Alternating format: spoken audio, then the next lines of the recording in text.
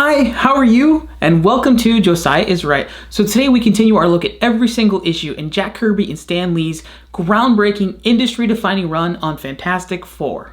Today, specifically, we'll be looking at issue number 3, which gives us the greatest ever, anything ever in the tagline. At least the proto-version of the greatest tagline. The greatest comic magazine in the world! Both exclamation marks, totally necessary.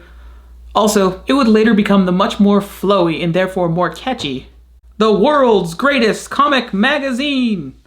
Regardless of the exact wording, this is where the awesome hyperbole of Stan Lee, language that would define Marvel for decades, began.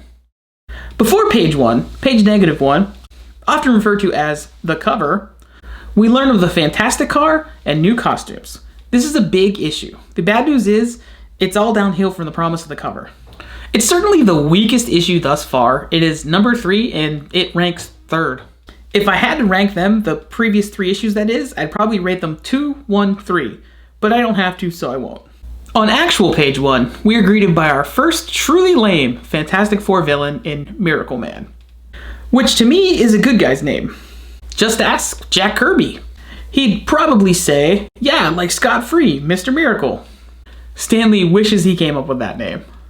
From the audience, the Fantastic Four watch Miracle Man, who is sort of a slightly more devilish Doctor Strange. Miracle Man shows up the Thing in a feat of strength.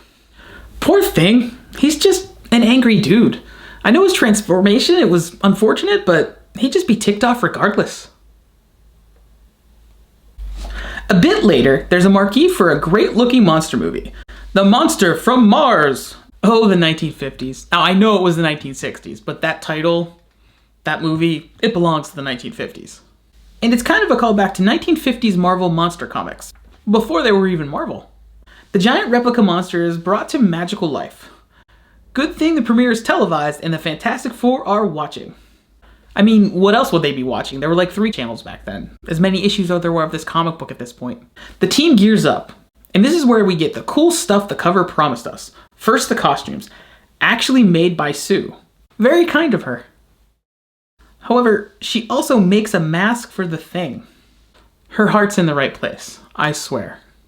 The Fantastic Car breaks apart, showing for the first time why Reed Richards is awesome with his James Bond-like tech. The team dispatches the monster from Mars by melting it, so the Miracle Man steals an atomic tank. That has to be the deadliest of all tanks, right? Sue does her invisible deal and sneaks on. With Act 4, the team regroups. The Thing is haunted by his transformation, so Johnny and Ben fight for some reason. They do that a lot. Then we get the greatest line I've ever read in a comic. A dog never growls for no reason. True, ask my dog.